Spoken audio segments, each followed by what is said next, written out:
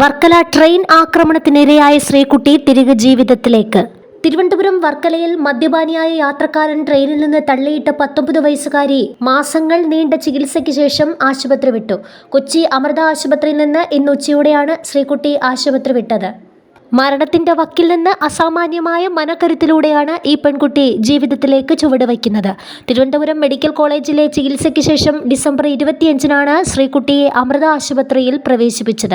തലച്ചോറിനേറ്റ ഗുരുതര ക്ഷതം കാരണം ബോധമില്ലാതെയും ശ്വസിക്കാതെയും ബുദ്ധിമുട്ടിയിരുന്ന അവസ്ഥയിലായിരുന്നു അന്ന്. കൂടാതെ ഇടത് തോളിനും പരിക്കേറ്റിരുന്നു.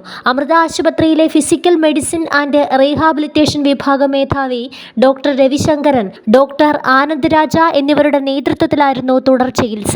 ശ്വസനത്തിനായി ട്രക്കിയോസ്റ്റമിയും ഭക്ഷണത്തിനായി ട്യൂബും ഘടിപ്പിച്ചു. ന്യൂറോ റീഹാബിലിറ്റേഷൻ പദ്ധതിയുടെ ഭാഗമായി ഓക്സിജൻ തെറാപ്പി, ശ്വസന വ്യായാമങ്ങൾ, ഭക്ഷണം സ്വയം വിഴുങ്ങാനുള്ള പരിശീലനം, ഓർമ്മശക്തിയും ചിന്താശേഷിയും ഉണർത്താനുള്ള ചികിത്സകൾ, ചലനശേഷി പടിപടിയായി വീണ്ടെടുക്കാനുള്ള പരിശീലനം എന്നിവയുൾപ്പെടെയുള്ള ചിട്ടയായ ചികിത്സാ രീതികളാണ് ശ്രീകുട്ടിക്ക് നൽകിയത്. ENT, ophthalmology, orthopaedics, neurology, endocrinology, gastroenterology വിഭാഗങ്ങളുടെ ഏകോപിപ്പിച്ചുള്ള പ്രവർത്തനമാണ് ശ്രീകുട്ടിയെ ജീവിതത്തിലേക്ക് തിരിച്ചു കൊണ്ടുവന്നത്.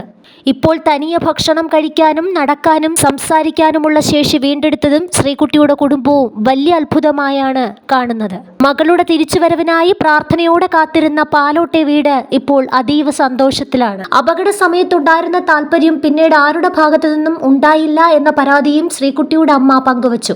സർക്കാരിൽ നിന്ന് പോലും പിന്നീട് ഒരു അന്വേഷണവും ഉണ്ടായില്ല.